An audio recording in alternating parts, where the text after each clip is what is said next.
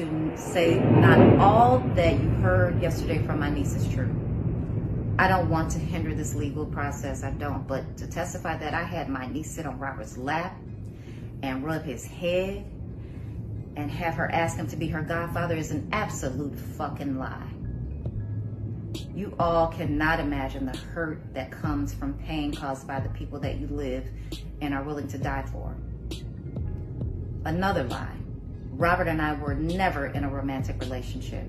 Never. To show you sabotage is a highly priority within them. If Robert and I were in a romantic relationship, you and your mom was cool allowing you to start a relationship with him, again, no right answers for their actions. This journey of mine, I started with the greatest of intentions, and all I've gotten from it is hell. This is not how we were raised, and it has fucked up family names, relationships, and the death, allegedly. Enough is enough. I've endured being not believed before, so my niece's false statements don't bother me as much as her mindset and willingness to tell the lies. I'm certain it's from her mom, certain. But she's now old enough to start bearing some level of responsibility of her actions. I love her more than life itself, so this is all I'm going to say regarding her and her mother, unless I have to.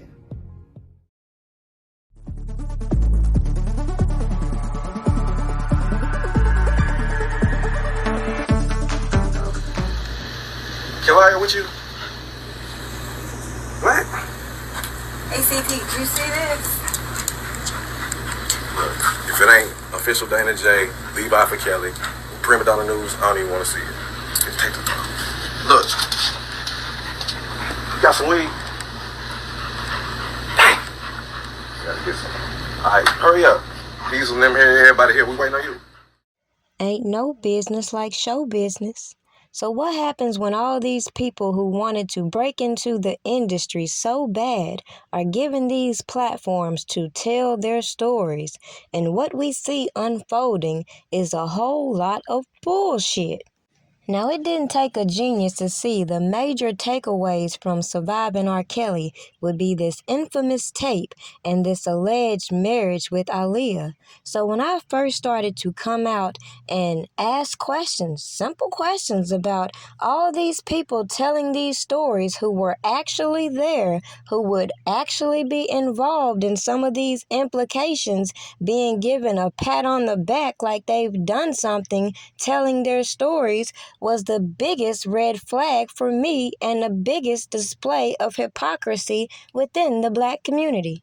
Now let's just pause for 1 second as I make my point, because if you recall a while back, there was a man who introduced to us the fact that this whole Patreon account that was created in Joy's name was false, and this person now has come forth maybe a week ago saying his whole family is missing, and I saw this being shared in a R. Kelly fan group, and it's just interesting, as I've pointed out to you, the things I've seen playing out in these fan groups that a lot of these so-called supporters like to skip around.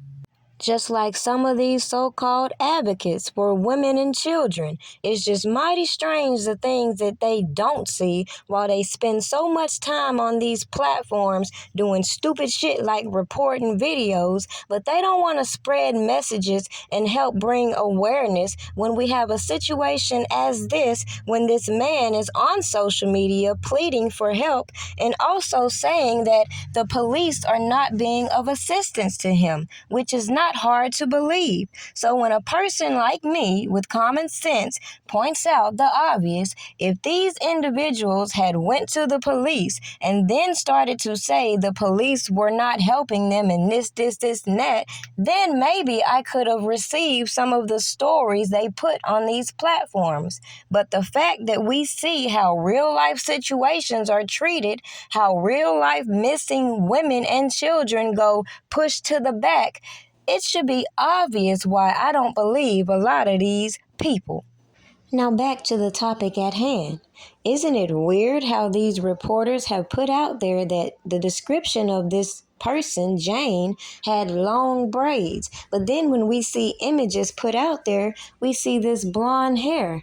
But it would be strange and unusual for someone to ask, how do we even know who is on the stand? Yet push that aside for a moment as we start to review some of the things that she uncovered in her testimony.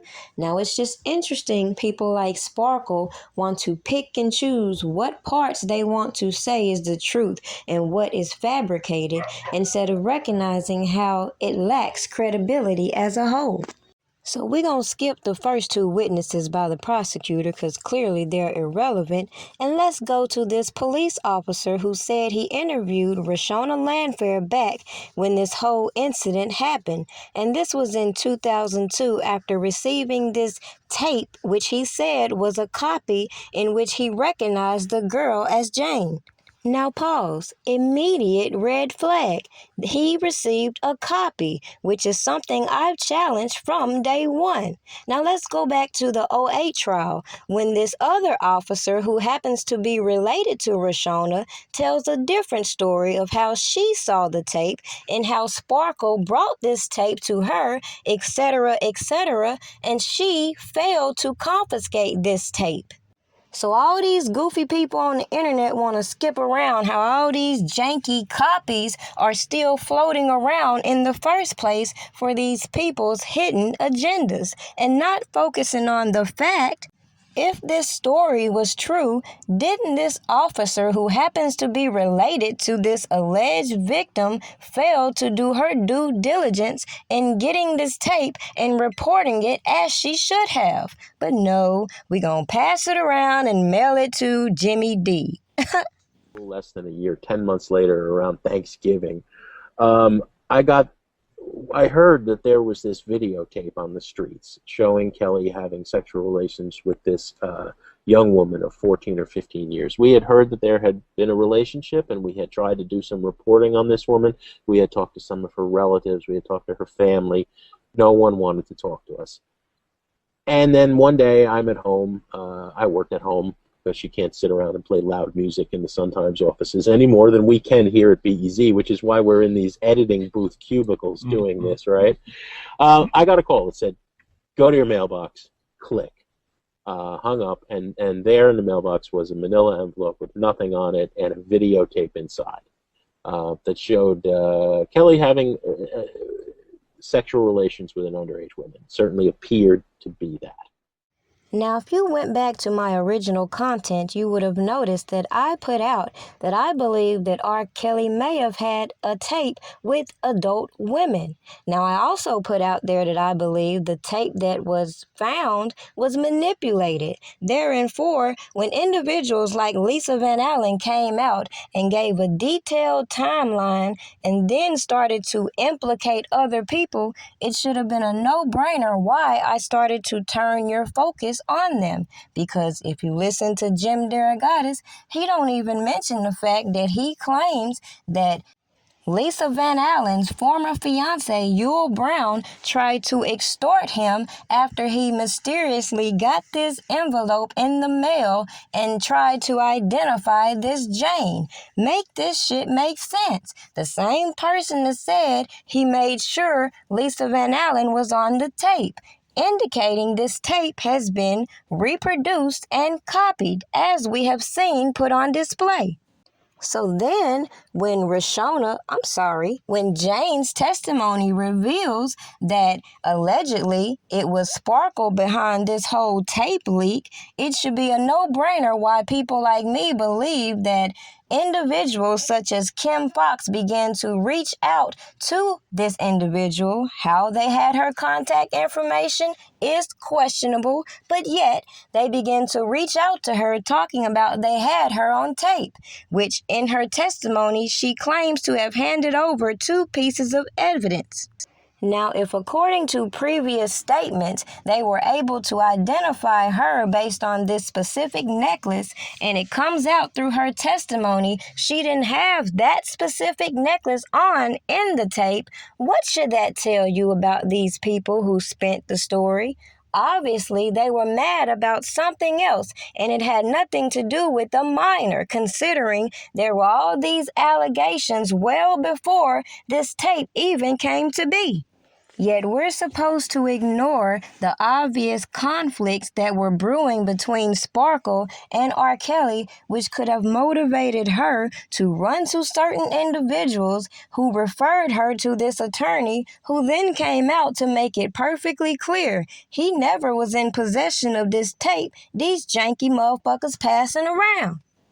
Now, as I pointed out earlier, I don't believe it's logical to believe a victim of a crime needs immunity deals. Yet, as we listen to all these people on the witness stand, let's consider all the immunity deals they had to pass out in order to get these janky-ass people to cooperate and confirm some of the things that I've put on display, including the janky-ass uncle, Barry Hankerson, and his role, and the facts that even these people that were so-called in R. Kelly's inner circle, who believed and ran with some of these narratives and stories, obviously did things on their own and should be held accountable. See, I'm no attorney, but I have basic common sense to know that there's a thing called accessory after the fact. So listen to all these people come out talking about what everybody knew and now trying to refurbish the script is very comical.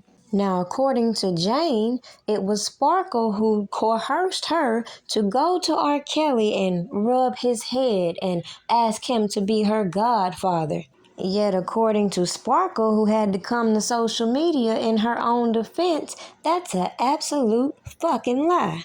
Then, as the testimony proceeds, it goes from her relationship with Robert Kelly was supposed to be a secret to now she's supposed to be recruiting her friends to join in on the activities. Then, according to Jane, it was Sparkle who in 2002 came to her letting her know this tape was going to be leaked. And we're supposed to believe that Robert Kelly went to Greg Landfair, told him this was true, and he just stormed out of the room. Icing on the cake, then when Miss Valerie Landfair gets on there, her testimony completely contradicts what Jane said. So let's just give a brief synopsis. In 2000, Jim D says he gets this anonymous tape in the mail. And for 2 years, we got all this commotion about this underage girl, yet she's still around him and continues to be around him up until 2018. Even after the Surviving R. Kelly premiere, text him saying, "I love you." Make it make sense. Yet we are to believe this family was in such fear of this man, they took this trip in order to be unapproachable with this whole matter, but then comes back around. But nobody thinks about the fact that this young girl whose name has been plastered everywhere, who's being harassed by the media, who's being harassed by Porky the Pig, who's being harassed by all these spectators, has the right to take a trip and get away without people trying to speculate she was paid off. Just like people that know R. Kelly could have taken a trip without people speculating they over here keeping tabs on an individual when they could have equally sent somebody else to keep said tabs. Make it make sense. Especially when his attorney can pull out how this same individual has taken many trips to the same location. Now, maybe some missed the original message and how it's very funny that Sparkle talking about how she called CPS, and then Jim Duragatis come out and say he the one who called CPS, just like all these janky mofos start putting this information on social media, now looking dumb. The icing on the cake is when I clearly tell you most of these people involved never expected things to get this far. Therefore, they're being pushed in the corner. So I find it very ironic how everybody want to skip around specific dates, all these timelines that could give this man an alibi. Where I'm from, the best defense against false allegations is to have an alibi. So if they don't ever put specific dates in these indictments, in these accusations, and then want to skip around and give you bits and pieces of information on these platforms, one could perceive the case as going one way or another, right? Yet, is that fair reporting? Just like common sense should tell us, when we see how they had to maneuver to get certain evidence into the forefront, even though we see the chain of custody, we see the line of extortion, we're just going to push all that to the side. Pick pieces of this girl's story that we want to believe is true and overlook the overall message and how this is not how the judicial system is supposed to work. People are supposed to report crimes or they're going to be accused of being complicit. With that being said, wouldn't it be more believable to believe that an alleged victim is getting immunity for alleged trafficking versus lying about being on a tape when she was a minor? Make it make sense. Isn't that the same thing I said when all these accusers got up on Surviving R. Kelly talking about they were participating in some of these activities with minors on camera, but ain't nobody pushing them issues. Meanwhile, all these people advocating for them came to these YouTube streets. Now, clearly, there's a lot of mentally unstable people on these platforms deflecting their own personal traumas on Robert Kelly. And a person like me can't do nothing about that other than advise them to go prosecute their abusers, say something when they see something, and stop trying to stop people from exercising their right to speak against corruption. Okay? How can I pay child support? How? If my ex-wife is destroying my name and I can't work, how can I work? How can I get paid? How can I take care of my kids? How? What is your financial situation, if you don't mind saying? Here's the deal. So many people have been stealing my money. People was connected to my account. I went by myself for the first time to Bank of America. Didn't know what I was doing. Didn't know what the hell was going on. When did you do that? First time by yourself? About 3 weeks ago to a month. 3 weeks ago was the first time you went to Bank of America? Absolutely. By yourself? By myself. Because I was so tired of not knowing where my money was, where my publishing is. Isn't that on you then? Huh? Isn't that on you? A lot of it's on me. That you didn't know where your money is? A lot of it's on me. And people say he doesn't have money because he had to pay so much in settlements. What do you say about that? Lie.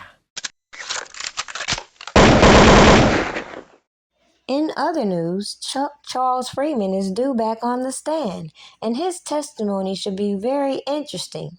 You can go back to previous videos I've uploaded about this whole debacle years ago, in which I've outlined this whole extortion plot and how individuals like this guy who was given immunity helped people like Lisa Van Allen, Yul Brown, lost control of the biggest and dumbest extortion attempt.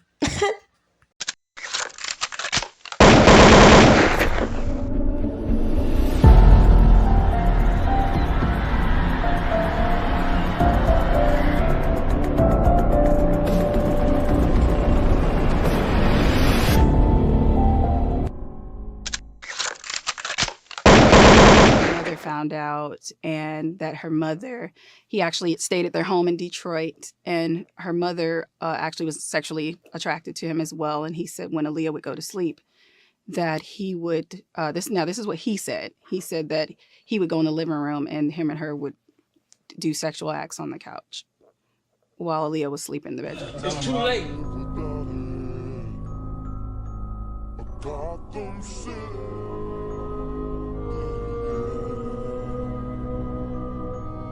City of justice, a city of love, a city of peace, every one of us. y'all could never do nothing as men while that man was there because he treated y'all like shit.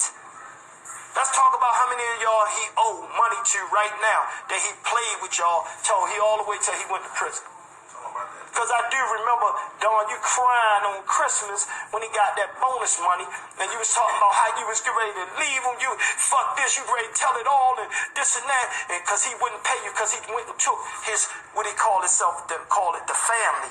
He took the family shopping for Christmas and ain't pay you your money. You was sitting there broke as a joke, sitting there crying about a man that didn't pay your money, and you ain't had a heart to say nothing.